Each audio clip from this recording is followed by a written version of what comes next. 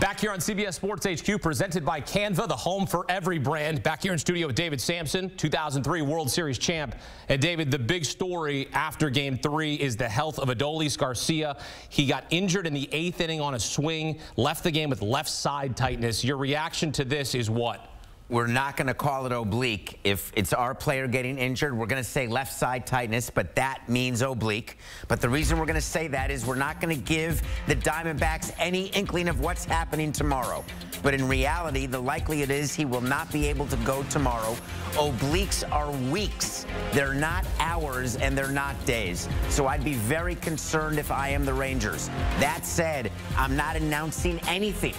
When Bochy goes to the podium, when anybody's interviewed in the clubhouse, I would be down there with our PR people making sure mum's the word. We're not talking about Scherzer's injury. We're not talking about Garcia's injury. We're talking about our bullpen, the fact that we are up 2-1 with a 69% chance to get a ring. Well, we can talk about it because we're not in that clubhouse and we're not in Arizona right now. We're here in studio. And for me, if Adolis Garcia is done, I feel like the Rangers' chances of winning this series are shrinking by the minute. So they're up 2-1, and generally the winner of Game 3 does win that 70% of the time. It's going to be an issue for the Rangers if Garcia's out. He was moved to the 3-hole today. He's been in the 4-hole the entire postseason. They moved him to 3, but now Carter's going to go back to where he was. The 21-year-old will go back to hitting 3rd. Everyone moves up a spot in the lineup. It's not ideal for a team that was not getting great production out of Semien and Seager. Today could have been the beginning of a nugget of a something for Semien when he got that double, but we just don't know. My concern with Garcia is we're going to get him treatment, and we're going to pretend that he's playing. Those are the two things that we're going to do all night, including sending treatment back to the hotel with him. That is something that we do. Having the trainers even work in the hotel because you want to get him possibly ready, have him come to the ballpark early because we got to make sure whether or not he can go. My own personal opinion, it's going to be tough. Well, the ALCS MVP again removed in the 8th inning after his at-bat with left side tightness. Earlier in the game, he made a huge play in the game.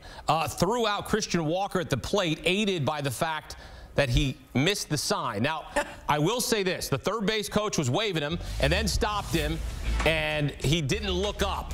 What did you make of this moment? Because I call this a turning point moment. This ends up being the game. Look at Walker. He's looking at his feet. Is he trying to make sure he doesn't trip? Is he looking for cracks in the sidewalk? You have one job as a runner when you are trying to score from second base. Catch your third base coach's eyes. Look up. That's all we teach. Like when you're going on a hit and run, try to find the ball so you can know where it is. When you're trying to score from second, you're running, and you're looking up. The third base coach was waving him in, but then stopped him in plenty of time for Walker to stop. Walker plows through it, gets thrown out by 89 feet. It was really about 6 inches. He got thrown out, and all of a sudden, instead of first and third, no outs, it's man on first, 1 out. Man on second, 1 out, excuse me. They don't score, and then worse, they give up runs. Isn't some of that, though, on the third base coach? Because that was indecisive. Like, if your job is to know who that right fielder is, Adolis Garcia, who led the American League in outfield assists, why not play it safe with nobody out, hold him at third, when you know you guys got coming up? Like, to me, that's on the third base coach. That's indecisive. You want to be decisive with whether you're waving him or holding him up. So you can do the wave and then the hold. Yeah, but he did the wave. He did it, but then he did the hold. Some of this is on third base coach. Like, I get it. Christian Walker should have looked up, but you know, when you start running, sometimes people put their heads down. They start cooking for home. What? You're looking at your feet? No, he's trying to. He's looking to see where he's stepping next. When you lift up your head, that's going to take some. Is that not going to take some momentum? You're trying to get down here, trying to run in here, and you lift your head up. I'm just saying some of the blame's got to go on the third base coach. Even though Walker was accountable, he went to Torey Lovullo and said, "That's my bad." I'm just thinking you're trying to put your head down and run. I love firing third base coaches. I love firing managers. I'm not saying firing. I'm just saying any reason possible to fire someone. This is not a mistake by the third base coach. He's giving him the wave, but he stops him in time. The rule is for the third base coach, you have until the runner is 2 steps past third base. That's the rule. 2 steps past, if you're looking right like this, you're going to see the stop sign. It took him out of the inning, and that changed the game. And let's not forget, Fought the pitcher. He had 1 bad pitch to Seager, and it wasn't even that bad a pitch. It wasn't ideal. It cut right over the heart of the plate. Seager hit it 796 feet. And that's it. That's how they got 2 of their 3 runs. And then both bullpens basically shut down the team, which is why it was such a speedy game. It was a speedy game. And then also Max Scherzer was bailed out. The ball goes off his elbow. Josh Young makes a heck of a play to get out of the inning there. Those 2 great defensive plays really aided Max Scherzer. Max Scherzer lifted after 36 pitches because of back tightness. So now not only are you dealing with Garcia, we found out later in the game, before that injury, it was Max Scherzer that leaves. And we're like, okay, he's older. He's had these back issues. He's had the shoulder injury. You just never know with Max Scherzer. And unfortunately, he leaves the game. Can I take you inside right now, yes. The Rangers manager's office? Yeah, take me Bruce inside. Bochy's sitting there right now waiting to go to the podium. And in comes Chris Young, the general manager. And they bring in the personnel people, the AGM. They're all sitting there together. And they're going like this. Who's going to talk to Max and tell him we're taking him off the postseason roster? Then they each put their finger to their nose. And the last person to do this has to go talk to Max. And the reason I say this is you can't have Max start Game 7 of this World Series because it's basically another bullpen game. And there's going to be a bullpen game tomorrow in Game 4. You've got to count on a starter. And there was a hint today who that Game 7 starter should be. Max gets pulled. Oh, my back, my shoulder, my elbow. John Gray.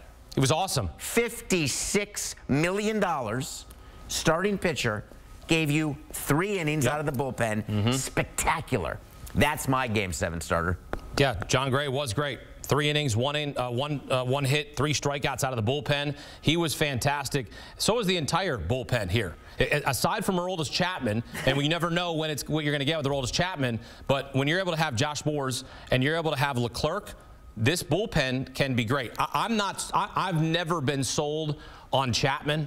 I think he's a great reliever, but I don't trust him because he's wild. He throws 100. You don't know what you're going to get every time. There's not consistency. So, he gives up a run. You just don't know. So, unfortunately, Leclerc didn't have to come in, and he only was able to have to go 3 outs in the 9th. That was big because Chapman got the double play in the 8th. And the thing about Chapman, they moved him to the 8th inning. It is fantastic velo. It always has been since his time in Cincinnati. But you do have command issues. And the last thing you want in today's game, where there's so many home runs, you don't want walks. And that brings us to a big issue that I will not let us rest before discussing, and that is the umpiring. Yeah. Alfonso Marquez behind the plate today was mediocre with a capital M. He missed calls, he gave makeup calls, and all you want from your home plate umpire, even if they have the wrong zone, and you were a great umpire, Dermish. Thank you. You want consistency. If you're going to stink and have a huge zone, fine. Just be consistent the whole 9 innings. Marquez was left, right, up, down. You didn't know what you were going to get. Balls were strikes, strikes were balls. It completely ruined the 9th inning. Gabriel Moreno's at bat. Gave it up. The second pitch was a strike. He called it a ball. Ball 4 was a strike. He called a strike. It was not good. You can't look at this stage in the playoffs. We're in the World Series. You can't be having guys that are struggling to call balls and strikes, struggling to call balls and strikes. Can't have it. You can't have it. Now, you mentioned the double play that Aroldis Chapman got, started by Corey Seager, Marcus Semien. Marcus Semien finally gets an RBI. His third of the post. Who did we talk about before the game on HQ? I believe if you tuned in pregame, one of the keys to the Rangers winning was Semien and Seager. And I said they needed to get a crooked number, and they did. I believe they got 2 hits, and they got 3 RBI. Yep, RBI single, and then the first pitch to Corey Seager, 2-run homer to make it 3-0. And look, I'm happy that Marcus Semien gets off the schneid. Corey Seager continues to add to his postseason legacy. He's 2 home runs shy of Derek Jeter for most career postseason homers by a shortstop. That's incredible. He's going to get it. I hope he does. He may get it this postseason. with Derek in attendance. If I'm the Rangers, we won the game, and I'm very happy, but I'm in that clubhouse very concerned because we got 3 runs early. We didn't add on. We have 2 injuries we have to think about, and we've got a bullpen game that was today and again tomorrow. So it's not all rainbows and unicorns in Arlington. No, it is not, but they improved to 9-0 on the road. That's the record. 9 straight wins. I mean, they were tied with the Yankees in '96. They passed them on this night. The Yankees, you remember, '96 won the World Series, thanks in part to Derek Jeter. And you talk about what this Rangers squad is now looking at on the road. They go on the road and they win games. When you look ahead here to Game 4, and it's going to be a bullpen game, what are you watching for? Because this game was pivotal. Game 4 feels huge because of the injury situation. So you definitely would like, if you're the Rangers, you want to get the 3-1 lead so you have 3 chances to win the World Series. Frankly, if they go 11-0 on the road this postseason, they're going to get a ring. And what they're dealing with Arizona, my guess is they're going to do what they did last series in Game 4. They'll start with Mantiply, he'll go an inning, and then it becomes a full bullpen game. What you saw from the Rangers tonight was Scherzer 3, then you had Gray 3, then they went to their exact formula, Spores to Chapman to Leclerc. They would love to find a way to get 6 innings tomorrow, and they're going to do it in some combination of Andrew Heaney and Dunning. And here's the problem with Texas. As they think about their game tomorrow, they're also thinking about 5, 6, and 7. Yep.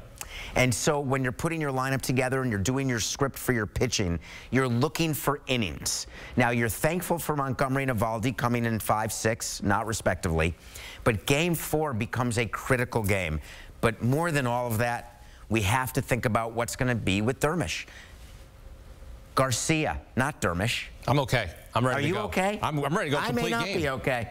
I said, what's going to be with Dermish? I meant Garcia. It's fine. I like that you're questioning me. I worry about you. You should always be checking on me.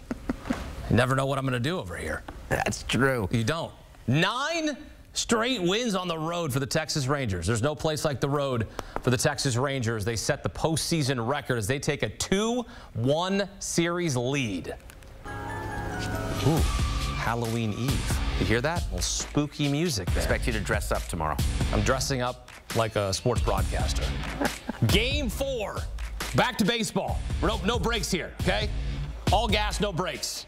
We do have a break on Thursday, but that's it. Tuesday night, Game 4, back in Phoenix just after 8 p.m. Eastern time. The Texas Rangers now 2 wins away from their first World Series title in franchise history.